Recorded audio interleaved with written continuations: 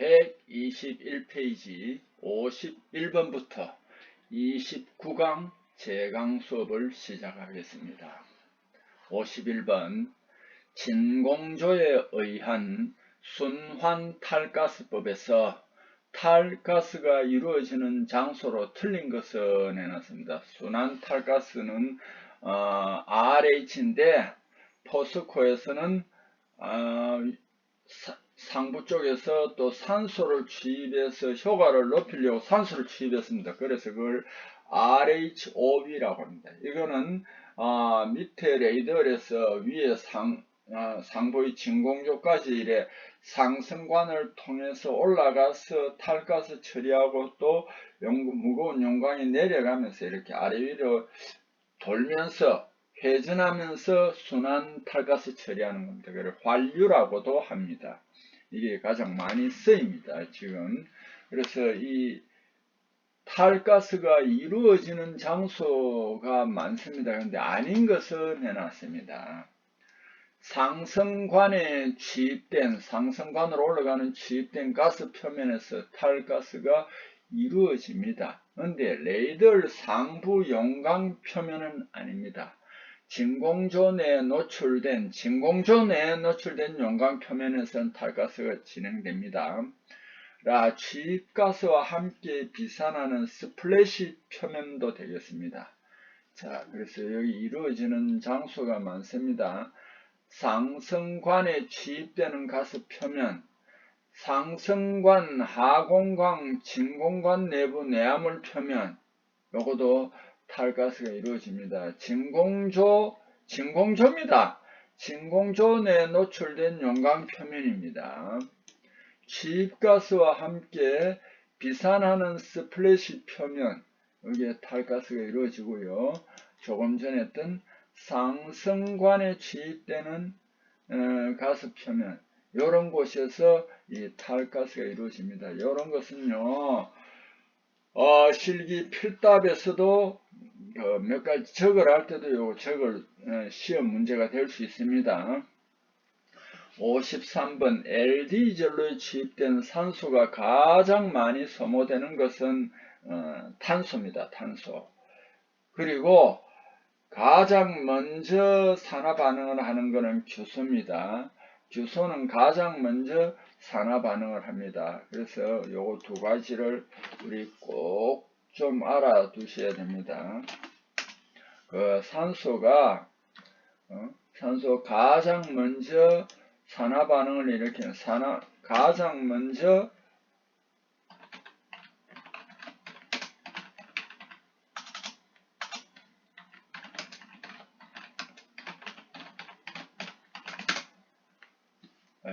죄송합니다.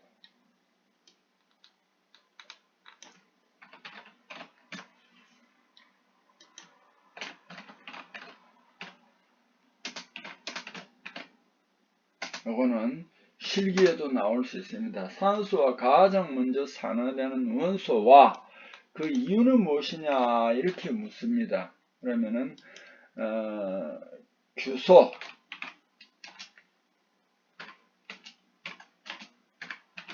가장 먼저 산화되며 가장 먼저 산화됩니다.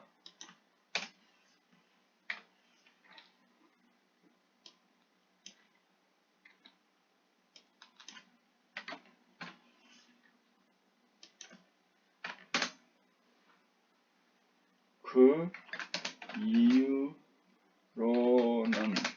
산소와 친화력이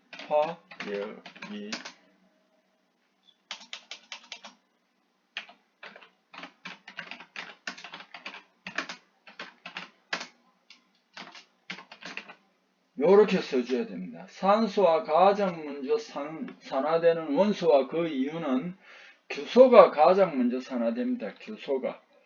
규소가 가장 먼저 산화되면 그 이유는 산소와 친화력이 가장 크기 때문입니다. 산소와 친화력이 가장 크기 때문입니다. 그리고 여기에서 문제에서는 산소가 가장 많이 소모되는 것은 탄소와의 산화입니다. 그래서 우리가 결론적으로 전로 제광좁은 산화 반응입니다. 산화 반응. 56번 연속 주조 당면 상부에 들어가는 몰드 플럭스 기능이 아닌 것은 몰드 플럭스는 몰드 파우더라고 했습니다. 그죠? 여기에 나와 있죠. 이거는 실기 주관식으로도 나옵니다. 용광 산화 방지. 왜냐하면은 용광 윗면을 덮어주기 때문에 용광 산화 방지, 용광 열 손실 방지, 보온 작용을 합니다. 그 다음에 계제물의 부상 분리, 그 다음에 윤활제 역할, 주염과 용광 사이로 흘러서 용광이 굳어지는 현상, 응고쉘과 주염 동판이 달라붙지 않도록 그 사이에 들어가서 윤활제 역할을 합니다. 이런 것들은 얼마든 실기에 이렇게 나올 수 있습니다. 자, 다음 페이지로 넘어가겠습니다. 122페이지입니다. 57번. 제철 조업에 사용되는 고체 및 액체 연료 발열량 단위인 것은, 이거는 달리 방법이 없습니다. 킬로칼로리 퍼 킬로그램 F입니다. 산화제를 강력에 첨가 취입할 때 가장 늦게 제거되는 원소가 탄소입니다. 자, 이건 이제 정지로 크롬이 있으면 이거는 전로가 아니고 정지로입니다. 크롬이 있으면 정지로입니다. 전로에서는 CSIMMPS지요. CSIMMPS인데 이거는 정지로입니다. 정지로 산화기입니다. 정지로 산화기. 자, SIMNCRPC입니다. 그리고 정지로에서는 이 산화제는 또 정지로입니다. 황과 뭡니까? 그래서 이제 정기로, 자, 한 번 더 다시 들어가면 정기로 환원기는요, 정기로 환원기에 뭐가 탈황, 그러니까 여기 S가 되죠, 그죠? 탈황,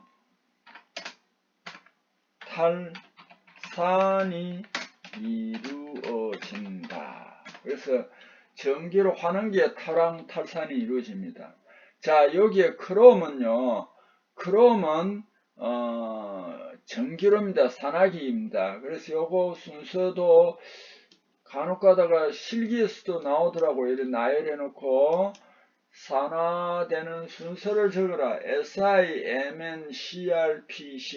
SIMNCRPC.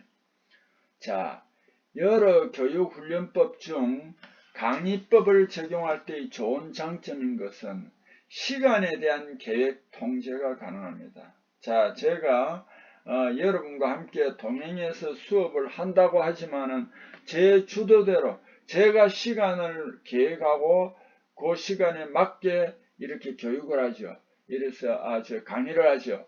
교육훈련법은 시간에 대한 계획 통제가 가능합니다. 시간에 대한 계획 통제가 가능한 것이 교육 훈련 방법입니다. 자, 다음 페이지로 넘어가겠습니다. 123페이지 59번.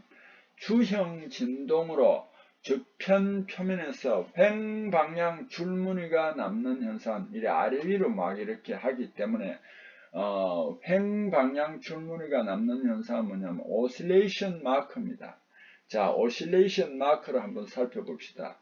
주형에 주입된 용광이요, 주형하고 이제 주형은 동으로 되어 있습니다. 그런데 동 중간에 내부에 이렇게 냉각수가 흘러갑니다.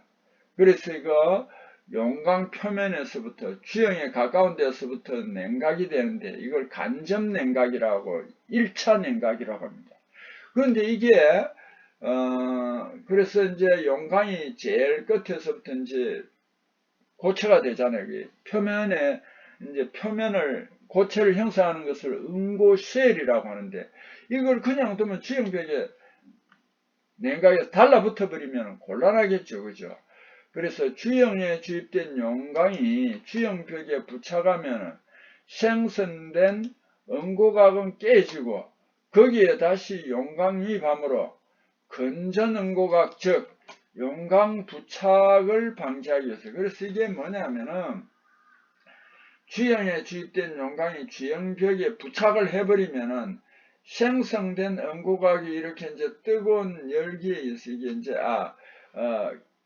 응고각이 깨질 수 있습니다. 이게 그래서 출렁거리는 깨져 버리면 거기에 다시 용광이 유입함으로 근전 응고각 즉 용광 부착을 방지해서. 그래서 우리 이제 이 오실레이션이라는 뭐냐면 용광 부착을 방지하기 위해서 주형을 상하로 움직인다.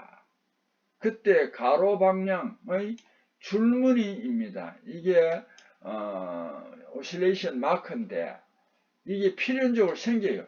그러니까 그게 안 움직이면 쉽게 말하면 여기 설명에 오해하면 안 됩니다.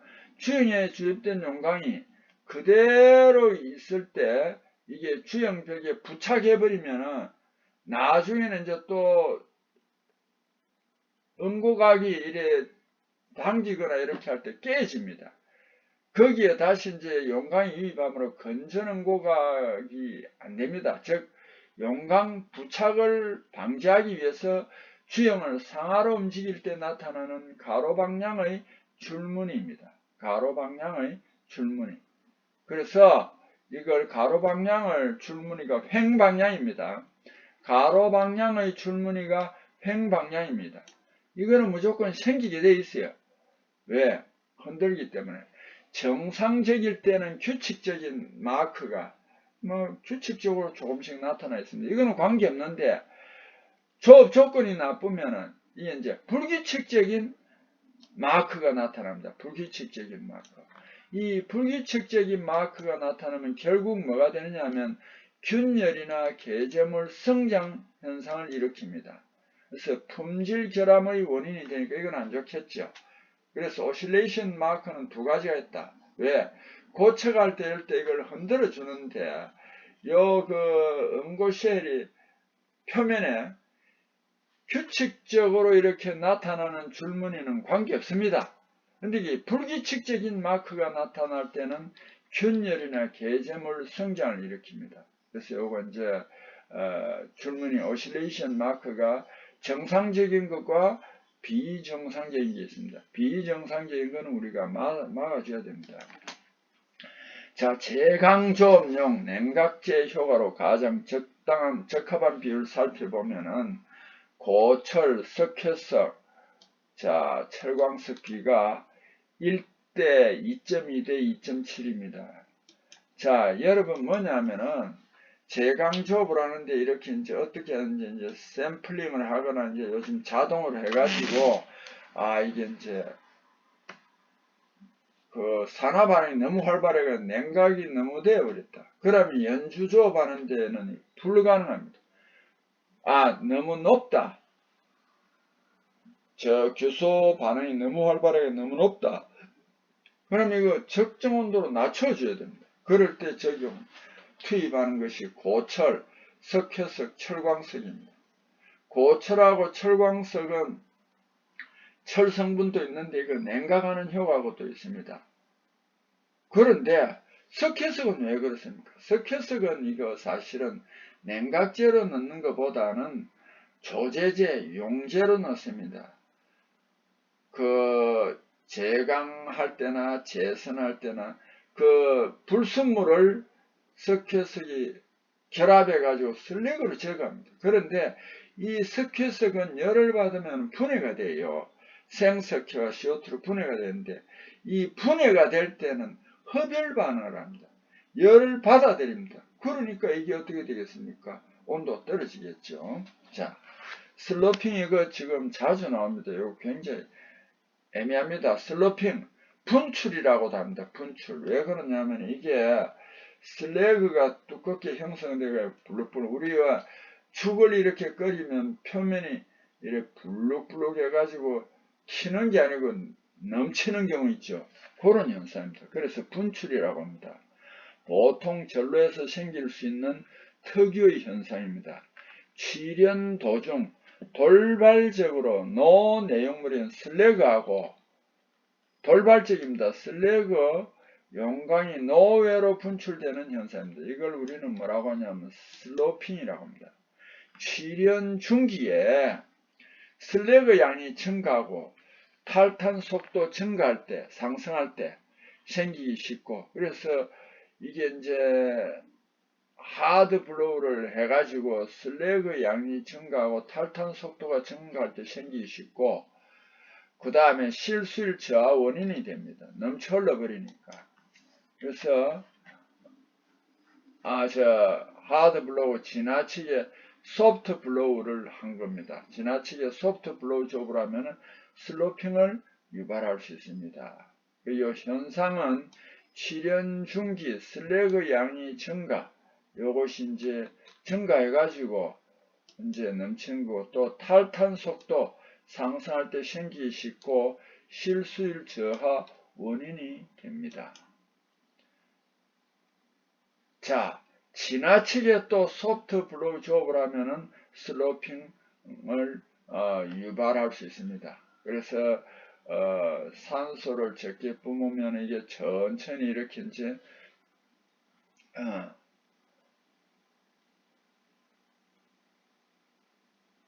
여기 참 이게 잘못됐네.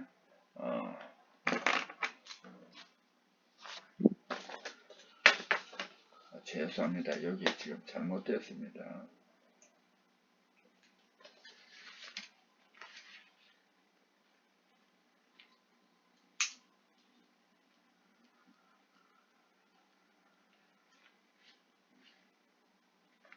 자, 여기에 하드 블로우로 고쳐야 됩니다.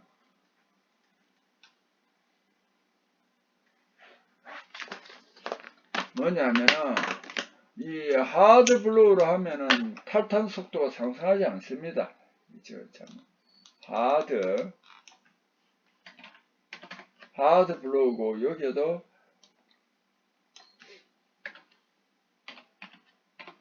요거 수정 좀 해주세요.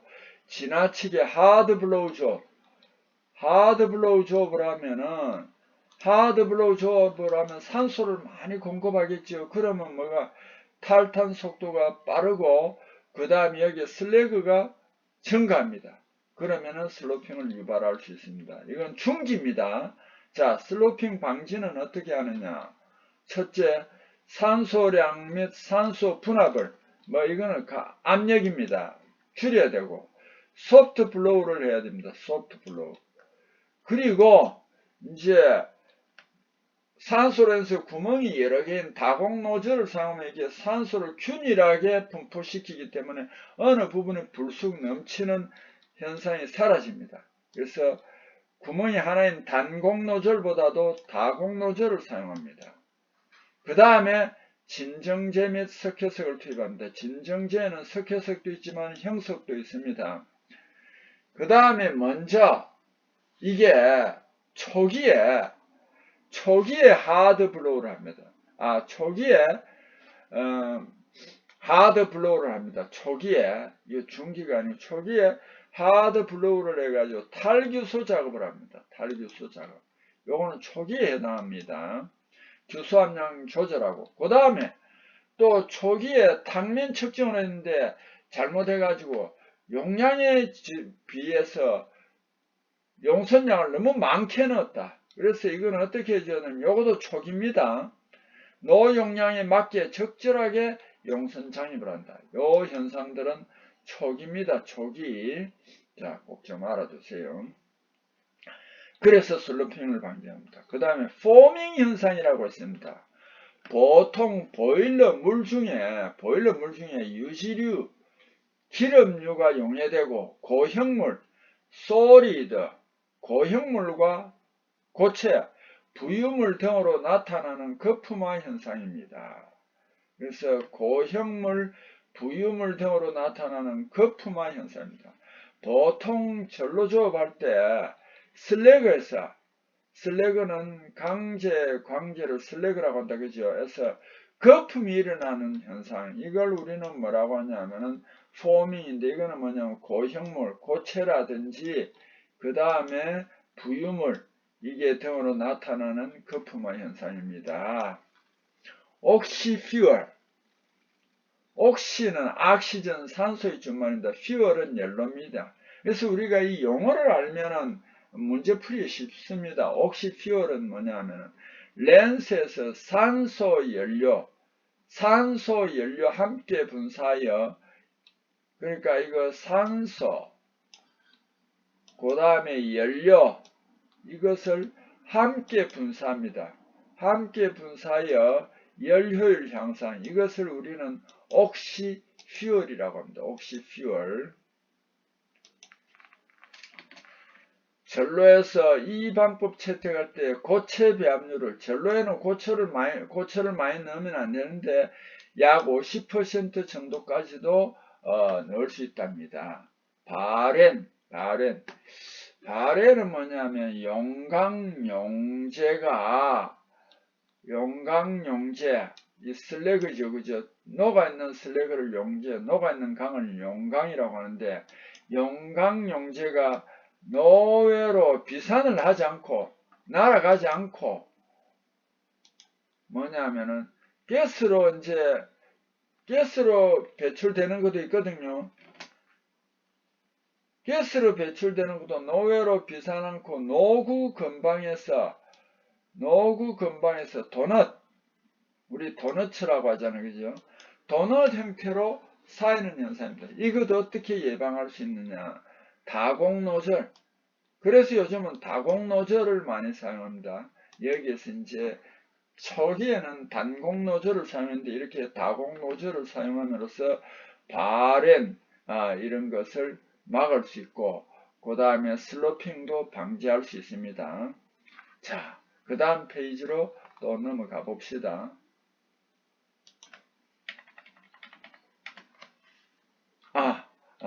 시간이 다 됐네요. 자, 그래서 여기서 이제 29강 수업을 마치겠습니다. 자, 여러분 수고했습니다.